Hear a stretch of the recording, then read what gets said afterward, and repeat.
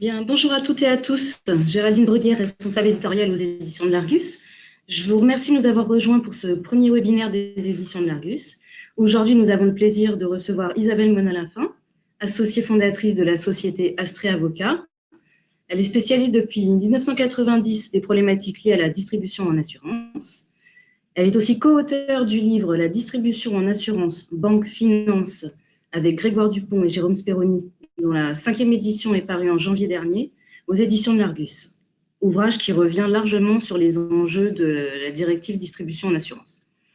Isabelle va prendre la parole dans quelques instants sur le sujet hautement d'actualité de la vente à distance. Cette intervention s'inscrit dans notre offre de contenu de la base de réglementation des éditions de l'Argus. Donc, je vous rappelle l'adresse, www.réglementation-assurance.com. Avec cet outil, je vous rappelle que vous avez accès sur abonnement en continu au code commenté des éditions, à une sélection d'ouvrages de référence, à de la jurisprudence et à des actualités à caractère réglementaire. Voilà. Durant l'intervention d'Isabelle, vous aurez la possibilité de poser vos questions à l'aide du bouton questions. Nous prendrons un petit temps à la fin de l'intervention de Madame Monin-Lafin pour répondre à ces questions. Je laisse maintenant la parole à Isabelle.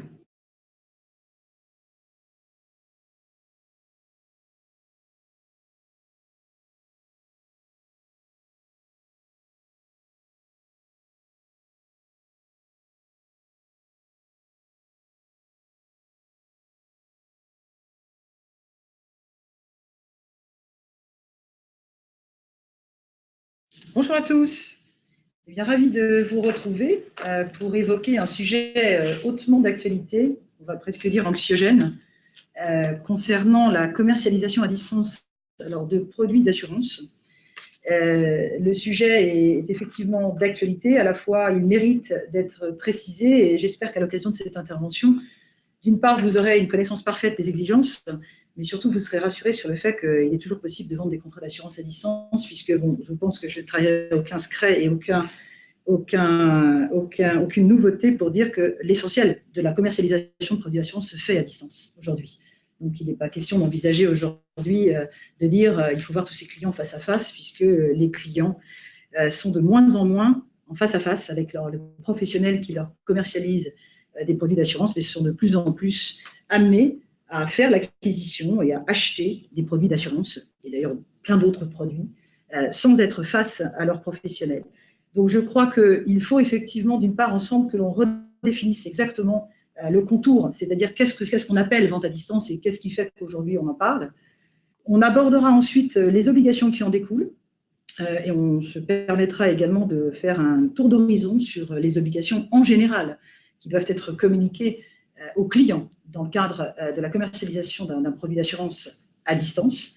On évoquera la question de la dérogation parce que c'est le sujet crucial qui sous-tend ces dispositifs avec la définition et l'environnement en fait de cette dérogation. Et puis, comme toujours, parce qu'on a déjà des questions, et n'hésitez pas à les poser par Internet. On a déjà des questions sur les sanctions. On a l'impression que vous adorez les sanctions. Moi, pas du tout, mais bon, il y a des sanctions, donc on en parlera. Elles sont évidemment sévères, elles sont surtout multiples. Mais bon, voilà, ce n'est pas forcément le sujet le plus structurant pour construire un projet. Alors, qu'est-ce que la vente à distance? La vente à distance, c'est la commercialisation d'un produit d'assurance sans la présence physique simultanée du distributeur et du client. Alors, vous savez qu'aujourd'hui, on parle du distributeur, dans le sens où il n'y a plus que les intermédiaires qui vendent des produits d'assurance depuis le 1er octobre 2018. On parle plus généralement du distributeur, puisque tout acteur, que ce soit un dérogataire, donc une personne physique ou morale qui n'est pas assujettie à l'obligation d'immatriculation au registre, mais l'entreprise d'assurance également qui décide d'accéder à son marché directement sans intermédiation, puis les intermédiaires sont les distributeurs de produits d'assurance. Et donc, cette législation dont on va parler, elle s'intéresse et elle s'applique à l'ensemble des distributeurs. Donc, la définition basique de la vente à distance, c'est lorsque la vente se fait en dehors de la présence simultanée du professionnel distributeur et du client qui va acheter le produit d'assurance. Alors, le recours qui sous-tend effectivement l'absence de présence simultanée, c'est le fait que dans le cadre de ce processus de commercialisation, on puisse faire appel à une technique de communication à distance. Alors, ça peut être le courrier, ça peut être Internet, ça peut être le téléphone, ça peut être aussi un salon. On va se rendre sur un salon professionnel, rencontrer le professionnel et acheter le produit. Tout type en fait de technique de communication à distance qui va permettre la conclusion d'un contrat sans que le distributeur, la personne physique distributeur et la personne physique cliente soient en fait simultanément ensemble autour d'une table pour procéder à la conclusion du contrat. Alors, il faut à ce niveau-là attirer votre attention sur, j'allais dire, des faux amis. Le faux ami, c'est la notion de communication, ou en tout cas contrat conclu hors l'établissement. N'oubliez pas que le client qui justement se rend sur un salon professionnel, mais qui n'est pas le bureau habituel en fait du distributeur, est dans un contexte d'une technique de vente à distance. Et donc, on devra respecter la livraison de l'information précontractuelle avant la conclusion du contrat.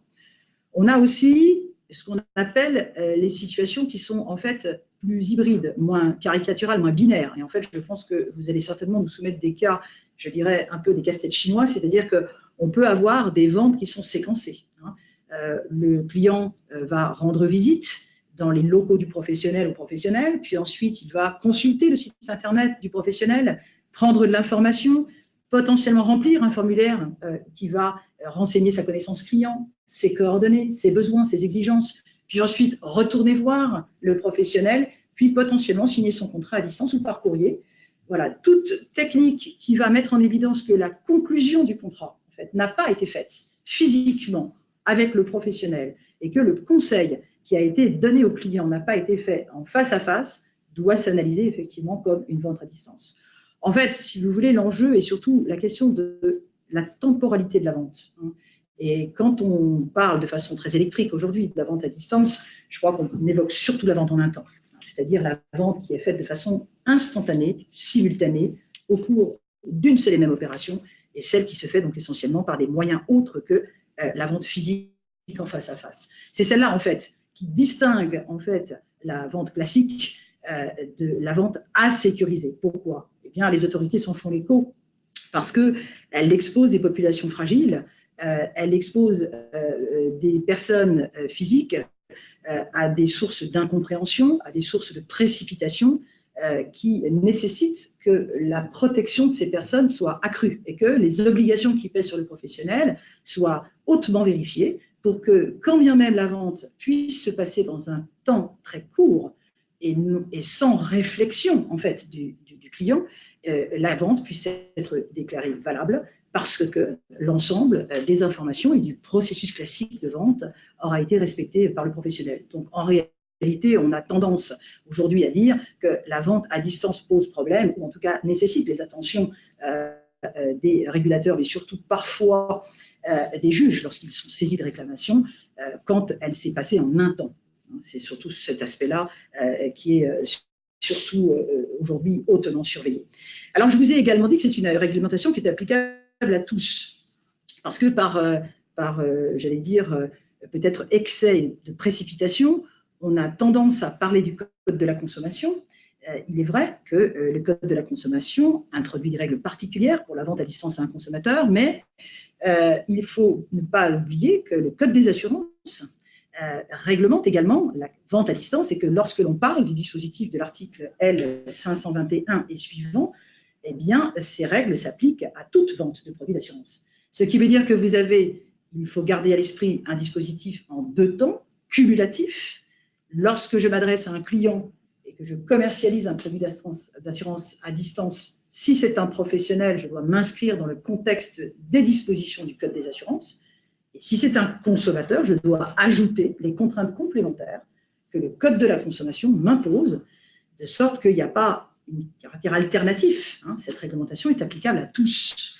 Et il faut bien garder ça à l'esprit parce que les nouveaux moyens de commercialisation ont effectivement, historiquement, plutôt focalisé l'utilisation de ces techniques au profit des risques de masse, donc des risques achetés par les particuliers, que ce soit en assurance vie ou que ce soit dans l'assurance de dommages. Pour autant, de plus en plus se développent des plateformes de souscription à distance pour les professionnels. On a beaucoup d'activités de grossistes qui se sont lancés sur le marché de la TPE et de la PME. Donc les entreprises et les professionnels sont amenés aussi à faire l'acquisition de plus en plus souvent de leurs produits d'assurance à distance. Et la problématique de l'information précontractuelle se pose également pour ces populations. C'est un peu un cheval de bataille chez nous, c'est-à-dire qu'on pense qu'il est bien de focaliser sur la protection du consommateur, mais je fais partie des personnes qui pensent que l'entrepreneur, la petite entreprise, doit tout autant être protégée face à des produits qui peuvent également mettre en péril sa survie. On voit notamment ce qui se passe aujourd'hui sur le secteur de la construction, sur le secteur de la RC ou de l'incendie. Lorsqu'un incendie brûle entièrement une usine et qu'un petit professionnel n'a pas été correctement renseigné sur les conditions dans lesquelles il a acheté son contrat, j'allais dire, c'est presque aussi grave, voire plus grave que celui qui a été mal renseigné pour l'acquisition de son produit affinitaire après avoir acheté sa machine à laver chez Darty. Donc, si vous voulez, n'oubliez pas cela. Dans l'avenir, ces modes de distribution seront ouverts à des marchés de professionnels et la vente à distance concernera aussi cela. Donc, on aura à focaliser sur uniquement le code des assurances. Alors, du coup, eh bien, on va passer maintenant à la description, en fait, de ce que vous devez faire. Alors, j'allais dire, rien de plus, en fait, que ce que vous savez déjà.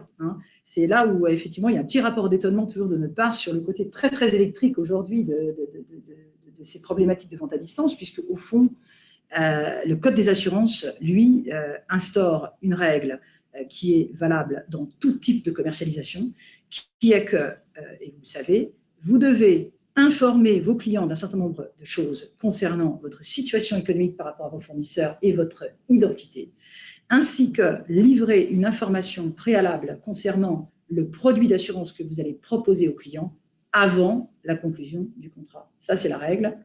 Et cette règle, elle ne souffre quasiment d'aucune exception, on va dire ça.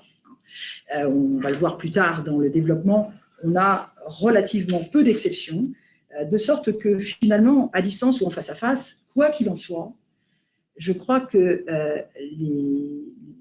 l'aggravation, ou en tout cas le renforcement des obligations qui pèsent sur les distributeurs, ont principalement focalisé sur ce contrôle, cette situation au terme de laquelle on ne peut plus envisager aujourd'hui qu'un client professionnel ou consommateur puisse faire l'acquisition d'un produit d'assurance sans qu'il ait été en main des informations précontractuelles qui lui permettent de savoir à qui il s'adresse et quel est véritablement l'environnement technique du produit dont il fait l'acquisition, c'est-à-dire quelles sont les garanties ou les exclusions qu'il a dans le contrat qu'il a acheté.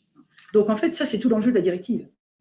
Et c'est vrai que la vente à distance n'est qu'une déclinaison de ces obligations de par justement l'utilisation de ces moyens particuliers de commercialisation que sont les sites internet, le téléphone, la vente en courrier via des mailings préalables de démarchage.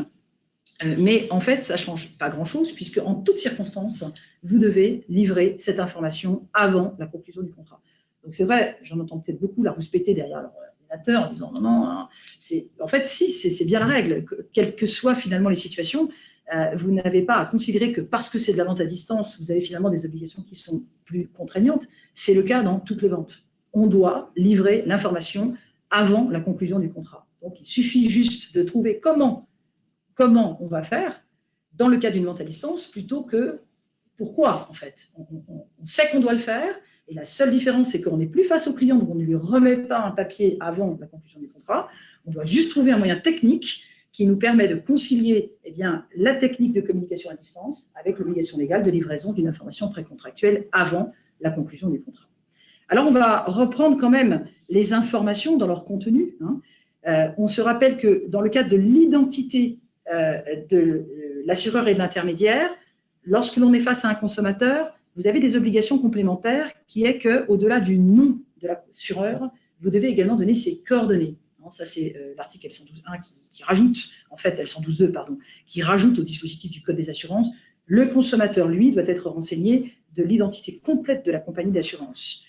Vous avez également, lorsque on vous demande de donner toutes les caractéristiques de l'intermédiaire et du distributeur, cette obligation équivalente en matière professionnelle comme pour des consommateurs de décrire l'intégralité de la chaîne de distribution. Alors ça, beaucoup de gens le font, vous savez le faire, puisque vous établissez des devis, vous utilisez souvent des questionnaires de souscription, vous utilisez parfois des systèmes sur Internet de questionnement. Il vous faut penser, dans tous ces systèmes de commercialisation à distance, à introduire en amont de la communication avec le client tout un paragraphe, toute une technique de présentation du contexte de la distribution. Ce n'est pas nouveau, puisque ça date depuis 2007.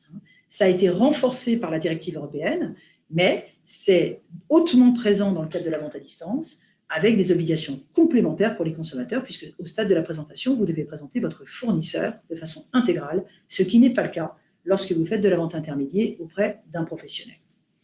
Alors, on doit aussi dire aux consommateurs, ce qui n'est pas le cas forcément pour le professionnel, très exactement quel est le montant de la prime, donc le prix en fait du contrat d'assurance.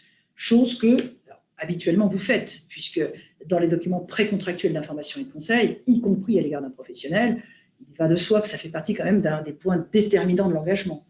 Le prix reste un paramètre déterminant dans le consentement du client.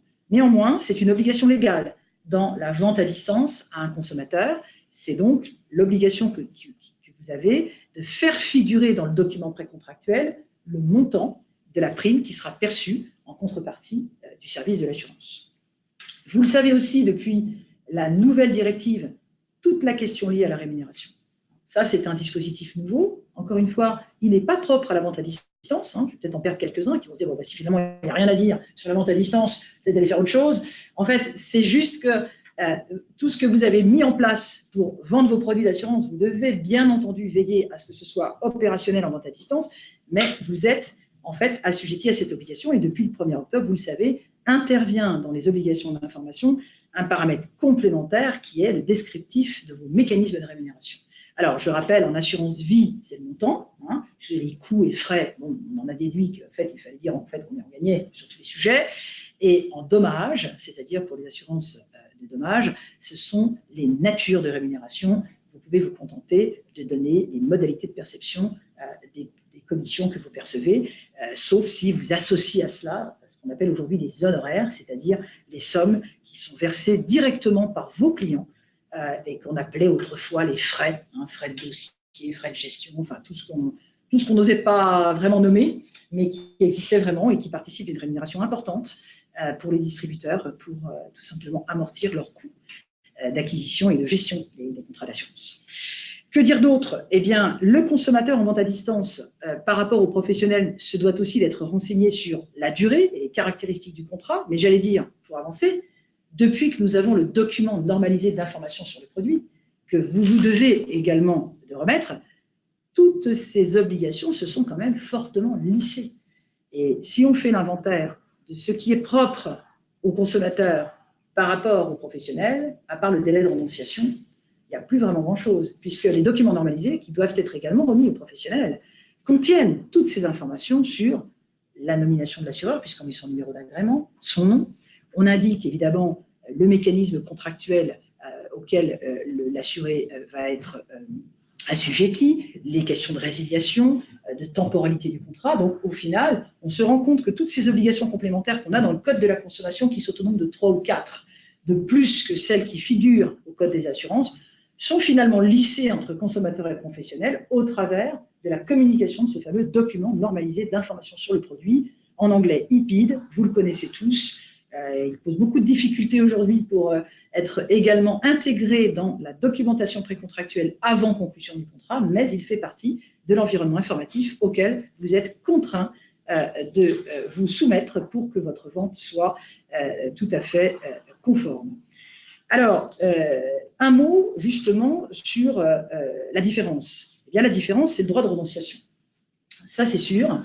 En vente à distance à un consommateur, on a cette particularité d'introduire un délai de renonciation. Alors, c'est important d'en parler parce que c'est un sujet que les associations de consommateurs ont ont énormément de difficultés à prendre en considération, voire même qu'elles rejettent comme étant un des tempéraments au caractère justement potentiellement fragile de la clientèle.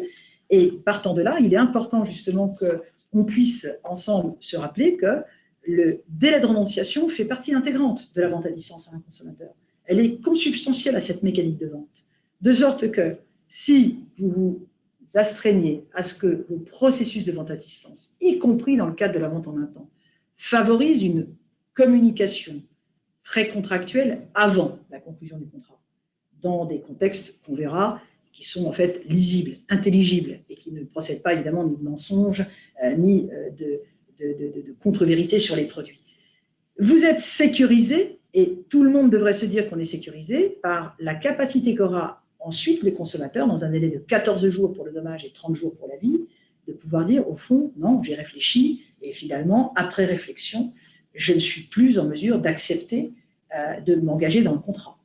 Comme vous le savez, la réglementation est bien faite, à savoir que cette renonciation, elle implique un remboursement intégral de tout ce qui aurait pu être réglé par le consommateur, et elle a pour objectif, en fait, juridiquement, ça s'analyse en une annulation rétroactive, c'est-à-dire qu'elle fait disparaître la convention, elle fait que la convention est censée n'avoir jamais existé entre le consommateur et l'assureur, de sorte que je crois qu'il faut mettre en avant ce délai de renonciation. Et votre obligation n'est pas simplement de la prévoir, mais également d'en parler. Vous devez fournir au consommateur, dans votre documentation précontractuelle, à la fois les moyens d'exercer cette renonciation, mais surtout d'insister hautement auprès de lui pour lui faire connaître cette possibilité qu'il a. Ce qui peut être un moyen de tempérer le caractère peut-être rapide de la commercialisation à distance dans le cadre de la vente en un temps. Alors, on sait que des associations ou certains courants essayent de ne pas tenir en compte de cela et de parler de l'instauration d'un délai de réflexion, c'est-à-dire imposer en fait un délai entre la remise de l'information précontractuelle et la conclusion du contrat, ce qui aurait tendance à faire dire à certains que la vente en un temps devrait rapidement cesser. Alors, nous ne le croyons pas. En tout cas, aujourd'hui, juridiquement, c'est un dispositif qui n'a pas de pendant légal, puisqu'il n'a pas été instauré de délai de réflexion, comme on peut l'avoir en emprunteur. Quand on propose un crédit à une personne physique, elle a 7 jours pour réfléchir, mais le contrat ne peut pas être conclu pendant cette période. Ce n'est pas le cas du délai de renonciation. En matière d'assurance, en vente à distance en un temps, le contrat peut être conclu et est conclu en un temps au moment où la vente se fait par téléphone, et le délai de renonciation sert précisément ensuite à permettre au consommateur de revenir sur son engagement pour pouvoir effectivement informer le distributeur d'une réflexion a posteriori. Donc, j'insiste beaucoup sur ces concepts parce qu'ils sont parfois confondus, mais je dirais que vous avez raison de les confondre parce que beaucoup de gens tentent à vous les faire confondre pour essayer d'inciter de plus en plus les professionnels à instaurer des délais de réflexion. Ça me paraît dangereux parce qu'il y a des tas de situations économiques dans lesquelles il est important de pouvoir préserver ce dispositif de vente en un temps pour des garanties à très faible valeur ajoutée, néanmoins très utiles pour les consommateurs, et avec des techniques de vente à distance qui permettent parfaitement la prise de connaissance d'une information précontractuelle intéressante, intelligible, lisible, compréhensible, et qui effectivement ne doit pas nuire au commerce finalement. Une chose est d'avoir ce type de technique et puis ensuite d'avoir des cibles, et je crois que la gouvernance des produits nous donne aujourd'hui les moyens d'éradiquer des cibles éventuellement fragilisées, des personnes âgées dont on sait que le cerveau fonctionne moins vite. Et c'est pas une critique, mais ça fait partie de l'état de l'âge. Donc on sait que ces personnes sont moins enclines à travailler et à accepter ce type de choses, des personnes qui sont potentiellement déficientes intellectuellement, ou dont on identifie, pour X raisons, que la vente en un temps n'est pas adaptée à leurs besoins. Néanmoins, ces personnes-là, elles sont justement susceptibles d'être isolées dans une cible de produits et elles ne doivent pas, à mon sens, empêcher des tas d'autres consommateurs qui, eux, sont tout à fait en mesure de pouvoir accepter, voire même revendiquent, la possibilité d'acheter très vite de l'assurance sur Internet. Et on voit qu'on a beaucoup de populations qui, en fait, réfutent aussi les tunnels qui sont trop longs avec trop de questions parce que ce qu'ils veulent, c'est la garantie, l'assurance de voyage, l'assurance en complément d'un bien, ils ont décidé, ils connaissent, ils savent, et au fond, l'information, ils n'ont pas forcément besoin d'une explication aussi étendue que des personnes plus fragilisées. Donc en fait, voilà, il faut être prudent par rapport à cette question du délai de renonciation et du délai de réflexion. C'est un délai de renonciation. En l'état actuel du droit, ce n'est pas un délai de réflexion. Donc, il vous faut travailler vos supports et vous assurer que le document précontractuel et toute l'information précontractuelle est remis à votre client avant la conclusion du contrat. Alors, parlons du support, justement. Parce que là-dessus, on voit et on entend beaucoup d'âneries, surtout beaucoup de choses qui sont en fait pas très opérationnelles. Hein. On entend, alors on peut envoyer par SMS, on peut envoyer par MMS, on peut envoyer par ci. Alors là, on vous parle d'un support, pas d'un tuyau. Hein. Le SMS, c'est un protocole d'envoi, je parle sous le contrôle des informaticiens qui nous écoutent, de messages textes. Hein. Et puis le MMS, c'est la même chose, mais c'est un protocole avec de l'image. Donc ça dépend ce que vous mettez dedans. Et en tout cas, ce n'est pas en tant que tel le protocole qui est en cause. Ce que l'on vous demande, c'est d'adresser cette information précontractuelle sur un support durable. Le support durable. Alors, on parlait de ça parce qu'il y a beaucoup de confusion sur cette notion de support durable. Alors, comme effectivement, dans le passé, dans la première directive, en fait, on avait beaucoup parlé de ça hein, dans les années 2000, il y a déjà 20 ans, où on avait parlé de ces supports durables. C'était un peu le démarrage hein, d'Internet et de ces communications à distance. Et le support durable, en fait, on était un petit peu gêné, mais on avait accrédité que la communication par email était effectivement un support durable. On pouvait écrire un email à son client et on pouvait adresser un email et on estimait effectivement que l'email est un support durable. Ça, d'ailleurs, c'est toujours d'ailleurs le cas. Mais à l'époque, on n'avait pas les PDF. Hein. Ça n'existait pas. Il y a 25-30 ans, on ne savait pas transformer un document en format PDF. Et du reste, la communication à distance et la vente de produits d'assurance à distance était en réalité toute nouvelle. Alors aujourd'hui, qu'est-ce qu'on dit?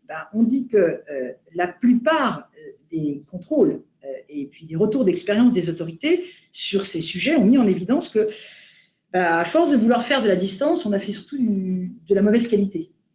Et on s'est rendu compte que beaucoup d'acteurs qui utilisaient des techniques de communication à distance n'avaient pas la possibilité de démontrer en fait que le résultat obtenu, c'est-à-dire le livrable, qui aboutissait en chaîne, au bout de la chaîne pour le client, qu'il soit encore une fois professionnel ou consommateur, eh bien, retranscrivait l'information précontractuelle dans des conditions aussi lisibles et de bonne qualité que le papier. En fait.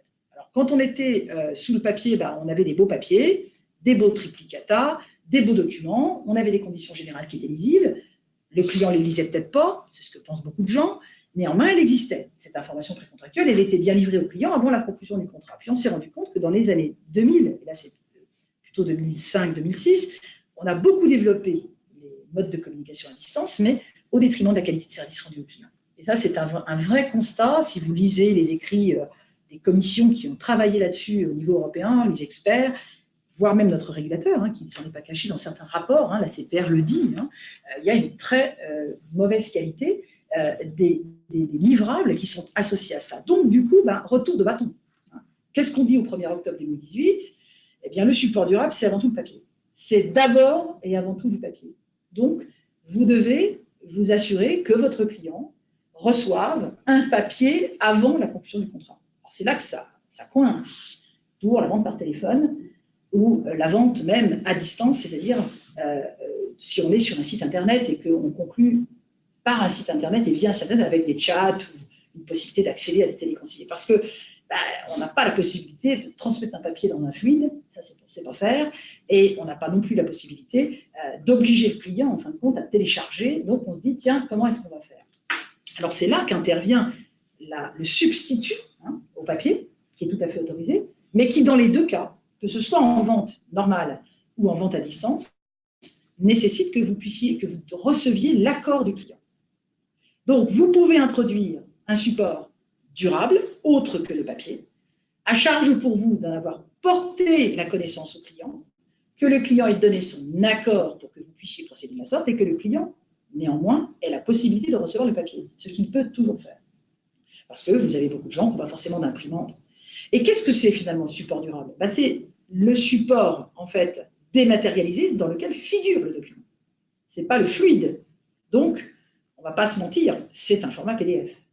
Aujourd'hui, c'est un format qui ne doit pas être modifiable, donc sur lequel le client ne peut pas intervenir. C'est un format qu'il peut télécharger dans son ordinateur et archiver lui-même dans son ordinateur, et qu'il pourra consulter pendant toute la durée du contrat, et même au-delà, pendant la prescription, qui lui permet d'agir éventuellement en responsabilité contre ses fournisseurs. Donc, à part ça, je ne vois pas trop ce qu'on peut faire en format dématérialisé. On ne sait pas faire autre chose que du PDF. Donc, en fait, pratiquement, ça veut dire quoi? Ou mon client est un client que j'ai par téléphone et il me demande du papier et il refuse que je lui télécharge un support durable sur son espace personnalisé ou que je lui envoie par mail un format PDF, auquel cas je suis un peu embêtée parce qu'il va falloir que je raccroche et que je lui envoie par courrier le papier qu'il m'a demandé parce qu'il n'a pas souhaité en fait eh bien, contracter en utilisant la technique de vente à distance, quand bien même le texte dit que parfois c'est un dispositif qui s'avère, je veux dire, consubstantiel à la méthode de vente, mais si le consommateur vous dit non, bah, le consommateur vous dit non. Soit effectivement le consommateur a dit oui, et auquel cas vous avez bien enregistré son consentement, et vous pouvez, avant la conclusion du contrat, lui adresser par email ou lui charger sur un espace personnel auquel il pourra accéder dans des conditions sécurisées un format PDF qui récapitule l'information précontractuelle obligatoire. Alors, cette information précontractuelle, c'est, comme vous le savez, ce qu'on appelle la FIC, le document précontractuel d'information et conseil qui récapitule, je vous le rappelle, la présentation, la connaissance client, le descriptif des garanties et le test de cohérence, donc cette fameuse motivation du conseil, celle qui vous permet de justifier quelle est l'adéquation, quelle est la cohérence, on dit en dommage, et l'adéquation en assurance vie, entre ce que le client a demandé et ce que vous lui proposez. Et puis, vous y rajoutez depuis le 1er octobre le document normalisé d'information sur le produit, c'est-à-dire LIPID pour le dommage, ou le DIC, le document d'information clé pour l'assurance vie. Donc voilà, si vous voulez, c'est pas compliqué.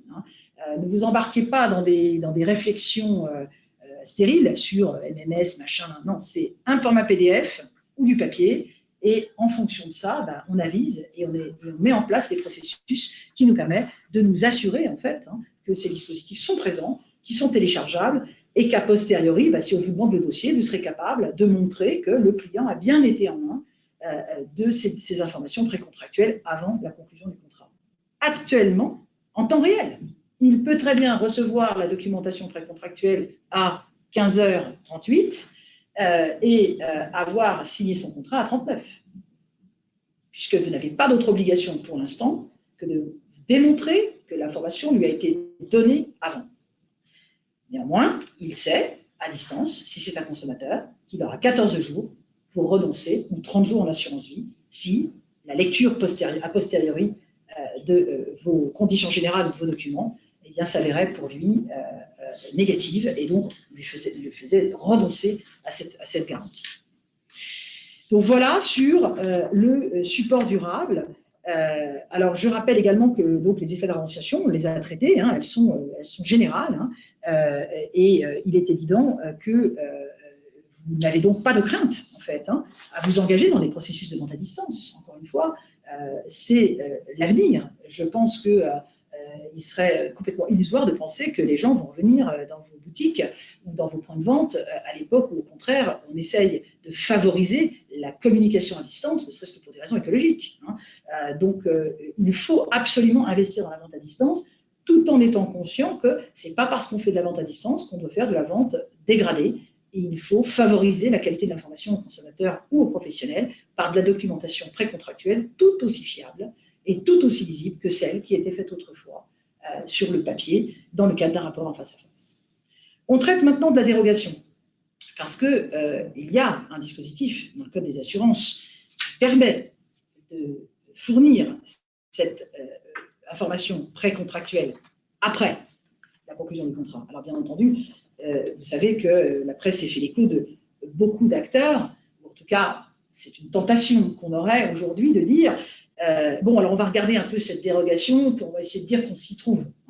Alors c'est le fameux article, alors c'est un nouvel article parce qu'ils nous ont bien arrangé les choses, ils ont tout codifié, c'est le R521.2 maintenant, et non plus R520.2, qui dit que le distributeur pourra exécuter son obligation de communication de l'ensemble des informations précontractuelles fournies au client après la conclusion du contrat, lorsque celui-ci aura été conclu à la demande du consommateur ou en utilisant une technique de communication à distance ne permettant pas la transmission des informations précontractuelles sur un support durable.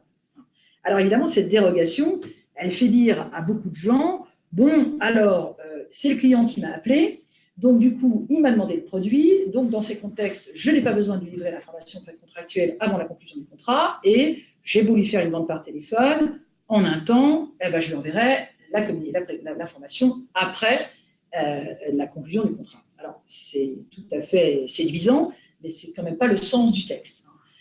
Il y a une interprétation extrêmement restrictive, et c'est logique, de cette dérogation. Les dérogations, comme leur nom l'indique, elles sont spéciales, donc elles ont toujours d'interprétation très stricte. Et la circonstance que le client fait la demande de la couverture, c'est vraiment le client qui va se situer dans une situation quasiment d'obligation. Si on résume les situations dans lesquelles les autorités ont admis, en fait, ce mécanisme de la dérogation, c'est quand le client vous appelle pour assurer son appartement parce qu'il est avec l'agent immobilier qui va lui remettre les clés et qu'il lui faut une garantie incendie, ou celui qui se trouve dans son garage automobile et qui vient prendre possession de sa nouvelle voiture et à qui il faut sa carte verte. Oubliez toutes les autres assurances pour lesquelles, de près ou de loin, vous avez démarché le client en amont par des mailings, fait des publicités sur Internet, et eu des plateformes de ce qu'on appelle de rebonds commerciaux, dans lequel le client, bien entendu, il a appelé pour avoir un renseignement. Néanmoins, on a finalement envoyé sur la commercialisation d'un contrat d'assurance. C'est ce qu'on appelle dans le jargon, je vous l'ai mis, appel sortant, appel entrant. Bon, c'est dès l'instant que vous téléphonez, vous êtes au téléphone sur une plateforme, il est assez rare que vous soyez en appel entrant. Vous êtes assez systématiquement dans ce que la jurisprudence, en tout cas de la commission des sanctions, on est malheureusement obligé de s'y référer, c'est quand même eux qui disent la loi dans ce domaine, en tout cas qui l'appliquent. Ils ont une interprétation assez stricte de ces notions d'appel sortant. C'est peut-être un appel entrant parce que oui, c'est le client qui a téléphoné, mais c'est un appel sortant parce que oui, vous l'avez démarché. Et en fait, c'est surtout ça qu'il faut regarder. Ce n'est pas tellement savoir dans quel sens le fluide s'est construit, c'est savoir ce qui a été dit. Et le client qui appelle pour un renseignement, il n'appelle pas pour demander à être assuré. Il appelle pour un renseignement. Donc, on le renseigne. Si à la fin, il a conclu un contrat d'assurance, il sait, en fait, il s'inscrit dans le cadre d'un démarchage. En tout cas, il s'est inscrit dans le cadre d'un appel sortant, donc d'une vente à distance qui justifie qu'elle doit être suivie d'une information précontractuelle avant la conclusion du contrat, puisque le client, en fait, n'a pas fait la demande du produit. Quant au support, si vous voulez, qui n'est pas lié ou qui n'est pas consubstantiel au mode de commercialisation, on en revient à ce qu'on a dit. De toute façon, il faut l'accord du client pour accepter ce mode de communication. Donc, ne vous embarrassez pas avec ces techniques. Si votre client vous dit qu'il ne veut pas de support durable, donc il n'est pas dans la cible des clients qui peuvent être susceptibles d'être démarchés ou avec lesquels on peut commercer à distance. C'est peut-être des gens qui ne comprennent pas ce qu'ils disent. Il y en a beaucoup.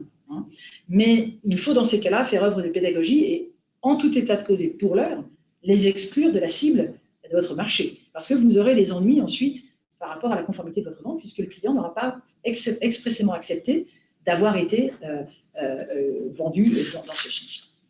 Donc voilà, sur tout ce dispositif, si on se résume, ce n'est pas compliqué.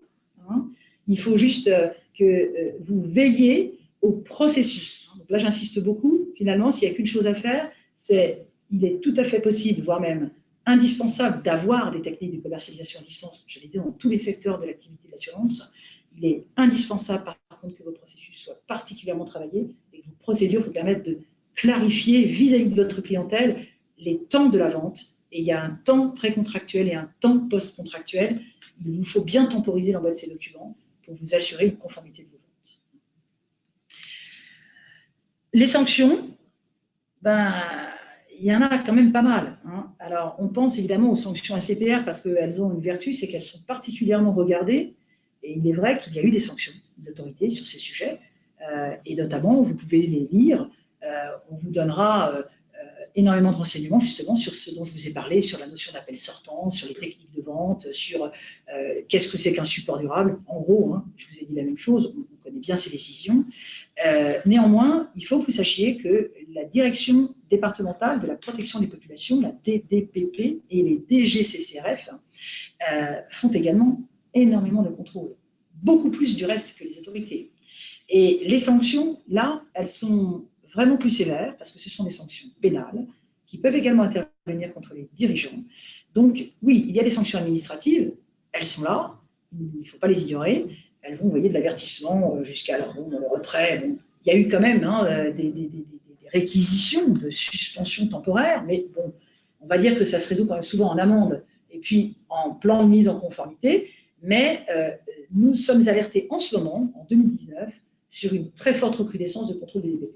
Et là, pour le coup, ce n'est pas vraiment la même histoire, puisque nous sommes face à des administrations qui sont assez aguerries à ces contrôles, puisque sur le code de la consommation, on est sur des infractions pénales. Hein. Et du fait, nos acteurs, nos distributeurs sont sanctionnés, parfois renvoyés devant le tribunal. Donc, on a des sanctions de contravention ou de délit qui peuvent être beaucoup plus graves et importantes et qui peuvent en fait obérer beaucoup plus l'activité de l'entreprise que les sanctions administratives.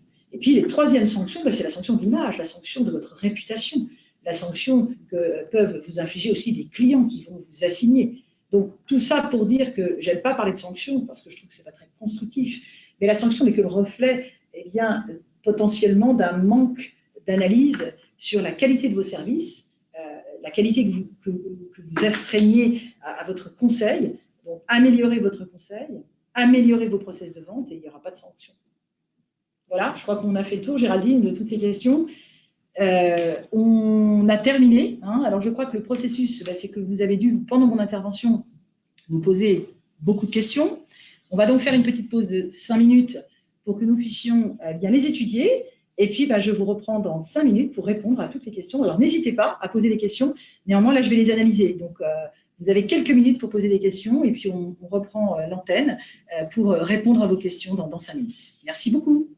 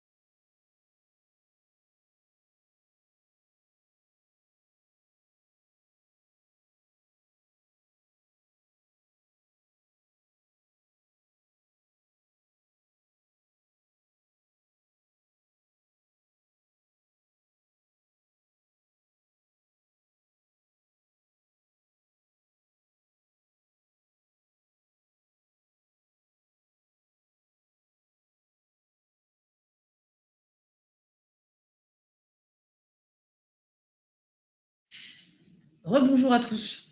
Alors, on anticipe un petit peu notre retour parce que là, c'est un déferlement de questions. On est assaillis. Voilà, donc en fait, je pense que je vais d'ores et déjà commencer à répondre aux questions. Je ne sais pas si tout le monde nous a rejoint, Géraldine, puisqu'on avait plus ou moins permis aux gens de faire une petite pause. Voilà. Donc, on va remonter pour reprendre les questions. Donc, j'avais une question qui était assez intéressante sur une mutuelle qui nous dit qu'elle agit dans le cadre du Code de la mutualité et qu'elle a une permanence dans des locaux d'entreprise pour vendre ses produits d'assurance. C'est vrai que c'est un truc un peu particulier parce que là, on est typiquement sur un sujet, j'allais dire, pratico-pratique. Est-ce que le fait que la mutuelle se déplace dans les entreprises, j'allais dire que vous serez dans un mécanisme potentiel de vente à distance avec obligation d'intégrer en fait un délai de renonciation si, je dirais, votre permanence est assez inhabituelle. En fait, si vous avez véritablement un établissement secondaire, parce que beaucoup de mutuelles ont ça, sont parfois sur des locaux, notamment dans des collectivités, avec véritablement des bureaux. Elles sont installées de façon permanente. Elles ont des locaux, elles ont des agences en fait. Et là, non, on sera évidemment en vente en face à face. La personne rentrera, elle aura l'habitude. Si en revanche, ce sont des stands qui sont organisés, par exemple, lors de manifestations de comités d'entreprise ou autres, oui, là, vous êtes dans un contexte. Donc en fait, j'allais dire, comme toujours, la réponse à distance de nouveau, hein, pour ne pas faire d'humour, est un peu imprécise, mais en gros, il faut que vous analysiez la notion de votre permanence. Est-ce que votre permanence est une réelle permanence, c'est-à-dire vous êtes installé dans l'entreprise, ou est-ce que c'est une visite ponctuelle et auquel cas vous aurez la réponse vous-même. Une autre question intéressante, alors du coup, excusez-moi parce qu'on a, voilà, le lien hypertexte. Bon, ben là, une personne me dit, quelle est votre analyse du lien hypertexte permettant d'accéder à un espace personnel où sont stockés les documents? En fait, c'est ce que je vous ai dit tout à l'heure, ne confondez pas ce qu'on appelle le moyen et ensuite le livrable. Hein. Ce que vous dit la loi, c'est que vous devez mettre à destination, en main de votre client, un livrable. Hein. Alors, c'est dématérialisé, donc ce n'est pas touchable, mais c'est l'équivalent du papier en matière dématérialisée, c'est un format PDF. Alors, ce format PDF, si vous donnez au client un lien pour y accéder, ça ne va pas, parce que rien ne vous garantit que le client saura le faire. Et puis ensuite, tout dépend aussi comment votre lien ensuite permet au client de télécharger, de stocker. Voilà. Donc, en fait, là, vous confondez le moyen. Vous pouvez donner un lien à votre client pour qu'il accède à son espace personnel, donner son espace personnel et puis ensuite qu'il ait son document PDF. Mais en tant que tel, ce n'est pas tant le lien qui est important, c'est ce que vous mettez au bout du lien. Hein. Donc, vous devez avoir fabriqué finalement des formats PDF que soit vous téléchargez sur un espace personnel auquel le client aura accès par des codes d'accès sécurisés, soit que vous envoyez par mail à votre client. Mais en tant que tel, le lien n'est pas en fait pertinent par rapport aux exigences. Voilà, hein, confondez pas moyen et livrable. Voilà. Bonjour, l'envoi d'un lien par mail donnant accès aux documents dans un espace personnalisé permet-il de remplir l'obligation? Si vous avez envoyé un mail à votre client dans lequel vous avez joint les PDF, c'est considéré comme valable. Si vous avez envoyé un mail à votre client dans lequel il a un lien pour accéder à son espace personnel, encore une fois, je me répète, vous êtes face, encore une fois, à un moyen et non pas une fin. Je ne vois pas où est le PDF, donc je ne peux pas vous le dire. Là, vous mélangez. Hein, je pense que, mais ça ne m'étonne pas parce que je vois beaucoup d'écrits et beaucoup d'articles et beaucoup de communications où on vous parle de SMS, de mail, de MMS, et on confond le moyen et la fin. La fin, c'est un livrable, c'est le document. Et le moyen, c'est le moyen par lequel je l'envoie. Donc, si j'envoie un papier par le courrier, j'utilise le courrier. Si je l'envoie par le courriel, il faut qu'en pièce jointe à mon mail, j'ai le format PDF. Donc, si à votre mail, il y a un lien, je me répète par rapport à ce que j'ai dit avant, ça dépend. Ça dépend de ce qu'il y a au bout du lien. Y a-t-il des pratiques concernant la signature à distance? Y a-t-il des obligations? Merci. Dois-je respecter ces règles pour la vente de contrats collectifs et obligatoires ayant comme interlocuteur le souscripteur du contrat, mais pas les assurés? En matière de vente à distance, c'est vrai qu'on favorise aujourd'hui de plus en plus la signature électronique ou la signature à distance, hein, finalement. Donc, elle est considérée comme valable. Et en fait, c'est à vous de définir avec votre fournisseur le degré de certification et le degré de valeur probante que vous souhaitez donner à cette signature. Donc ça, il faut voir avec votre prestataire. C'est aussi souvent une question de coût. Mais le principe est oui, bien sûr, voire même c'est préférable, surtout quand vous faites de la vente en un temps, puisque dans le cadre de la vente en un temps, si vous êtes par téléphone ou à distance, la seule manière de sécuriser le consentement de votre client, je ne vois pas comment vous pouvez faire autrement. Vous avez l'enregistrement vocal de l'accord, qui est possible aussi, mais c'est vrai que pour la réception des documents précontractuels d'information et de conseil, la signature électronique est quand même le moyen le plus sécurisé et le plus fiable pour identifier effectivement que l'interlocuteur que vous avez au bout du fil est bien votre client. Donc oui, c'est tout à fait possible. Concernant l'information précontractuelle remise après la vente à distance, quel serait selon vous le délai raisonnable? je viens de vous dire qu'il n'y en avait pas. Voilà. Il n'y a pas de délai, hein, on n'est pas sur un délai de réflexion. L'information précontractuelle doit être remise avant la conclusion du contrat, mais aujourd'hui, en l'état actuel de notre droit, il n'y a pas de délai de réflexion. Donc, il n'y a pas de délai raisonnable. Ça, c'est ce qu'on nous dit actuellement les associations de consommateurs, hein, c'est vrai, et l'Argus, d'ailleurs, s'est fait l'écho d'une magnifique réclamation de la CLCV, je crois. Bon, ben ça, c'est ce que pensent les associations de consommateurs. Je ne vous cache pas qu'on a quelques équipes de contrôle qui seraient assez enclines à nous imposer ces délais. Mais en fait, en l'état actuel du texte, ce n'est pas légal.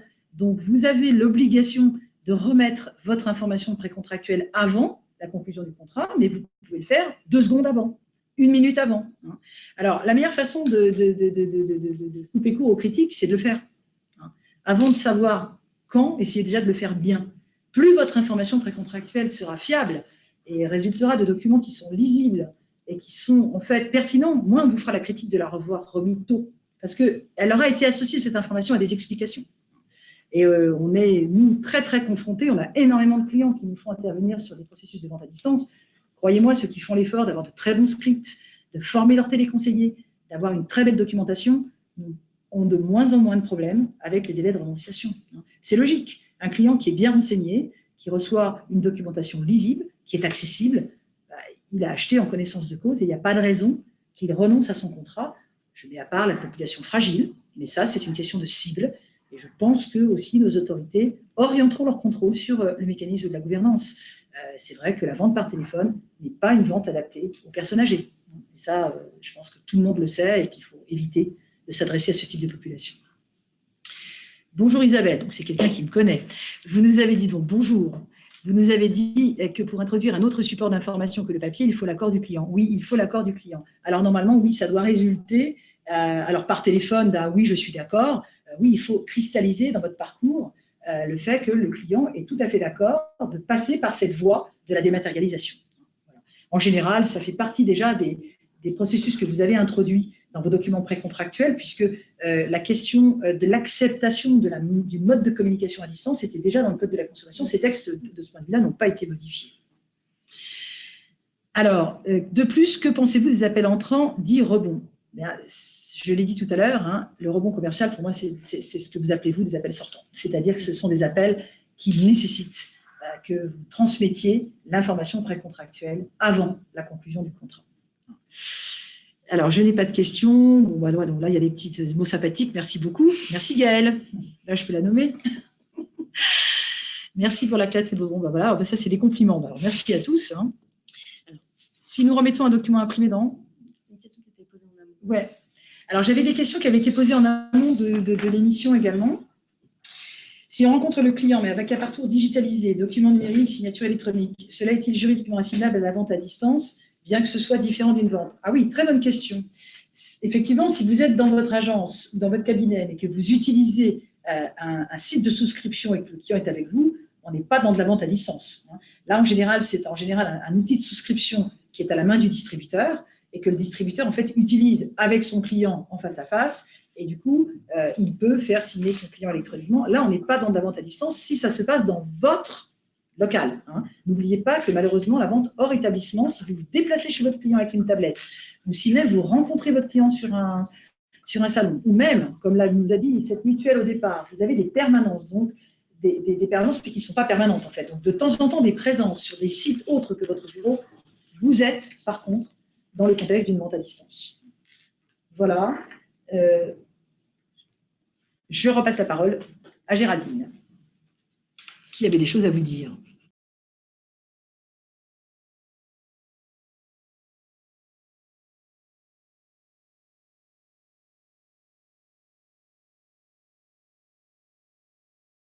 Merci à tous d'avoir été présents. Merci beaucoup à Isabelle pour cet éclairage. Vous avez été très, très précise. Les questions ont été nombreuses. J'espère que vous avez pu être satisfait des réponses d'Isabelle. Les éditions de l'Argus vous proposeront très prochainement de nouveaux rendez-vous.